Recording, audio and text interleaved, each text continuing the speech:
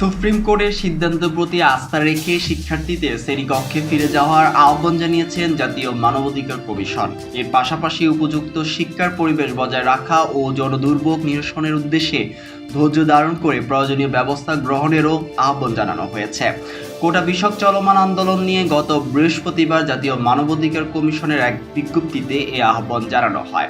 মানবাধিকার কমিশনের বিজ্ঞপ্তিতে বলা হয়, শিক্ষার্থীদের চলমান কোটা বিষয়ক আন্দোলন জনগণের দৃষ্টি আকর্ষণ করছে এবং জাতীয় মানবাধিকার কমিশন সার্বিক পরিস্থিতি নিবিড়ভাবে পর্যবেক্ষণ করছে। এ পর্যন্ত শিক্ষার্থীদের আন্দোলন সহিংসতামুক্ত ও শান্তিপূর্ণ হওয়ায় কমিশন সাধুবাদ জানায় এবং একই সঙ্গে কোটা বিষয়ক সুপ্রিম কোর্টের সিদ্ধান্ত প্রতি শ্রদ্ধাশীল থাকতে শিক্ষার্থীদের আন্তরিক আহ্বান জানানো হচ্ছে।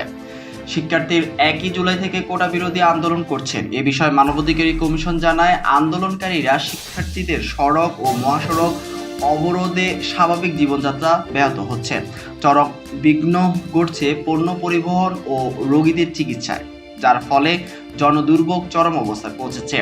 জাতীয় মানবাধিকার কমিশন চেয়ারম্যান কামাল উদ্দিন আহমেদ বলেন, সকলের অধিকার এবং অন্তর্ভুক্তকে কেন্দ্রবিন্দুতে রেখে মেধাভিত্তিক জাতীয় সংস্কৃতি বিকাশ হতে হবে। এক্ষেত্রে কোটা সংশ্লিষ্ট সকল বিষয় যথার্থ সমন্বয় ও সামঞ্জস্য বিধান করা গুরুত্বপূর্ণ।